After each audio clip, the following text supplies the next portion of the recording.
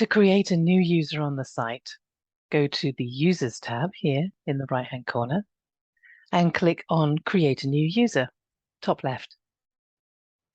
Let's add in Bob McBob. He's our new user. He's given us a nice email address to go to. We have bob@blipblopsausage.com. That's him. And now we're going to give him a username of Bob McBob. Please note usernames cannot have spaces in them. Now I'm deliberately going to put a space at the end of this one. It's a common mistake. We have allowed for it, but I need you to know what it looks like when things don't go to plan. Now, passwords, really good point. Let's make sure we know how to have a good password. You might think I'm teaching you to suck eggs, so to speak, but the fact is, at least once a year, we have a client who unfortunately uses the word password as their password. Really, we need you to have numbers, upper and lowercase, and symbols.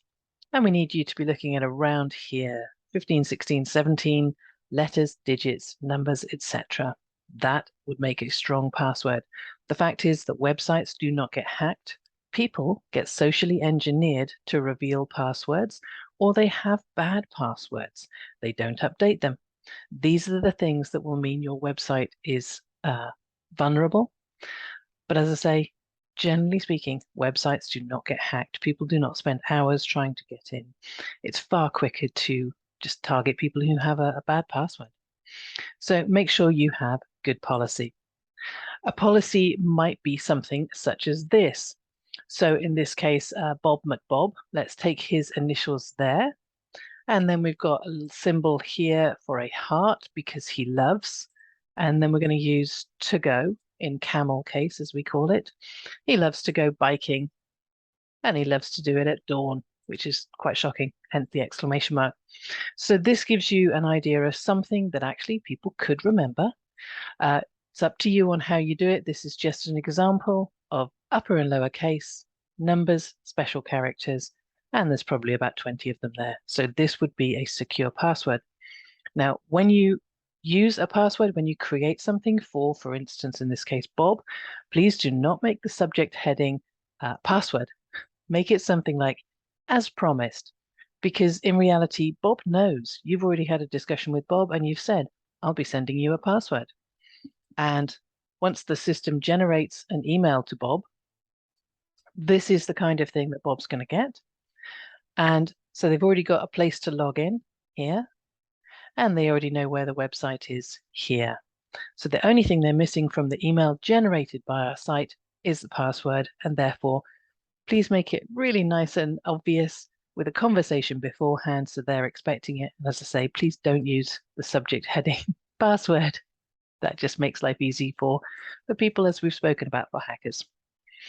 So let's add in actually Bob's password. And we're popping it there and there. Now we're going to activate it straight away, and we've made Bob an admin. We could choose to make him an editor, but we're making an admin. And for this scenario, we're keeping all of these items ticked. And at this point, I'm going to press submit, and I'm expecting an error to come back because I had a little space here. You can see there's a little space after Bob. So submit, and you can see it says the account has not been created. So when we go back, I'll take out that space, pop back in the password, and then we hit submit. At this point, you can see success.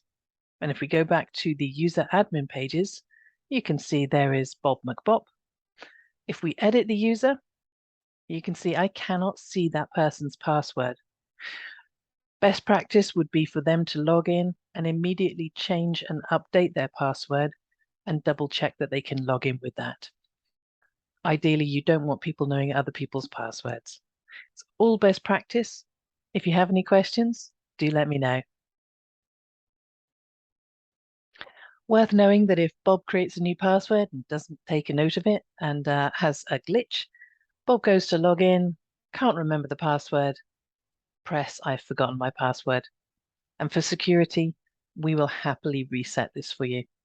Our phone number and email support are here.